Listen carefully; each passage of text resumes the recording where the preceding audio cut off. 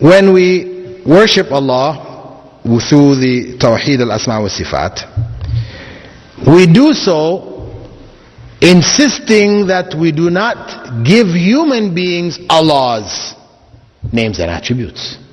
As we don't give Allah human attributes or the attributes of His creation, we also should not give the creation the attributes of Allah, which is what has happened in certain groups. You can find it in the Old Testament, New Testament, where they speak of Melchizedek. Melchizedek is described as being without father or mother or genealogy. He has neither beginning of days nor end of life. This is one without beginning or end. This is Allah. So we cannot give these descriptions to human beings. And this is the area within which, or through which, Shiites deviated from mainstream Islam. I know some people think it's because they believe in mut'ah, temporary marriage, or other things that they have in their system that they have made permissible, which the main body of Muslims do not allow. But this is not really the area of difference. The area of difference with Shiism is this area that they have given to their imams. It's all about the imams. That's why for them belief in the imams is one of the pillars of faith for them. As we have Arkanul Iman, we have the 6 pillars of faith. For them, belief in the imams is one of their pillars of faith. What does belief in the imam mean? It means that they believe that the imams, these 12 individuals, not including Khomeini, because they talk about Imam Khomeini, they don't mean this. They mean Ali, Hassan, Hussein, those are his 2 sons, and from Hussein another 9 descendants who they call together the 12 imams. Now, what are the qualities of the 12 imams? First, among those which are the qualities belonging to Allah, is that they are absolutely infallible. They cannot commit error, not even error of thought, not even to think wrong, a mistake, accidentally, deliberately, inwardly, outwardly, no way.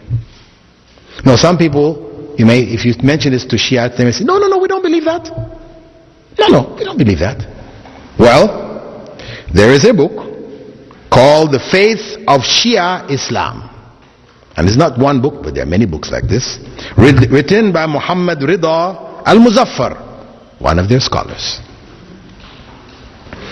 in which he states there on page 35, on page 32, we believe that an imam must be infallible. That is to say, incapable of making errors or doing wrong, either inwardly or outwardly, from his birth to his death, either intentionally or unintentionally. What does that mean? We say that is Allah, incapable of error. Otherwise, as the Prophet ﷺ said, all of Adam's descendants commit errors, including the imams, including the prophets. So this is the beginning of their deviation. Secondly, they claim that the imams have absolute knowledge. They have knowledge of everything. Everything that was and would be, past, present, future, and this knowledge is intrinsic to them. We say that is Allah. Only Allah has knowledge of all things. And again, you will find Shiites will say, no, we don't believe this. But when we go to the faith of Shia Islam, as well as the book called Islam, put together in Tehran by a group of Muslim brothers, edited by Saeed Akhtar Rizvi, we find there Muzaffar saying in the same book, same pages, We maintain that the powers of the Imams to receive inspiration has reached the highest degree of excellence. And we say that it is a divinely given power. Well, however you say they got it, think about what it says.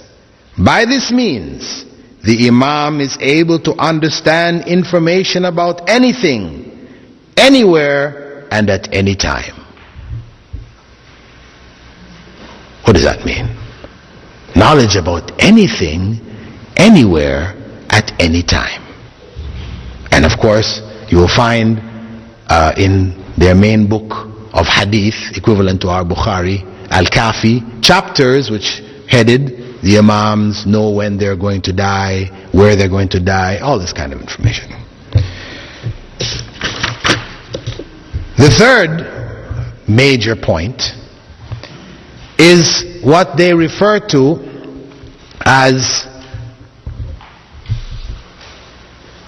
al-wilaya at-takwiniya or al-khilafa at-takwiniya. We call it the creational caliphate.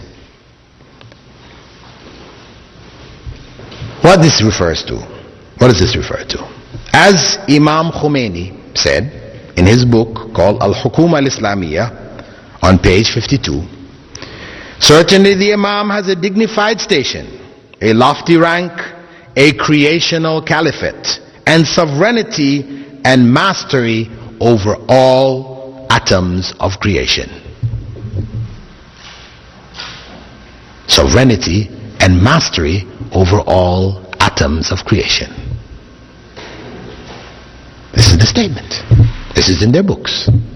And this is it's not obscure books by obscure, because of course you can pick up, if you talk about mainstream Islam, you can find some obscure books with all kinds of nonsense in there, right? And they say, well, we don't really believe this. This is some obscure individual. We're talking about Imam Khomeini, the leader recognized by the main body of Shiites of the world, the Ithna Ashriyas of Iran and Iraq, as being their modern leader, source of knowledge, Ayatullah, right? So that's their belief, and this is where they have deviated.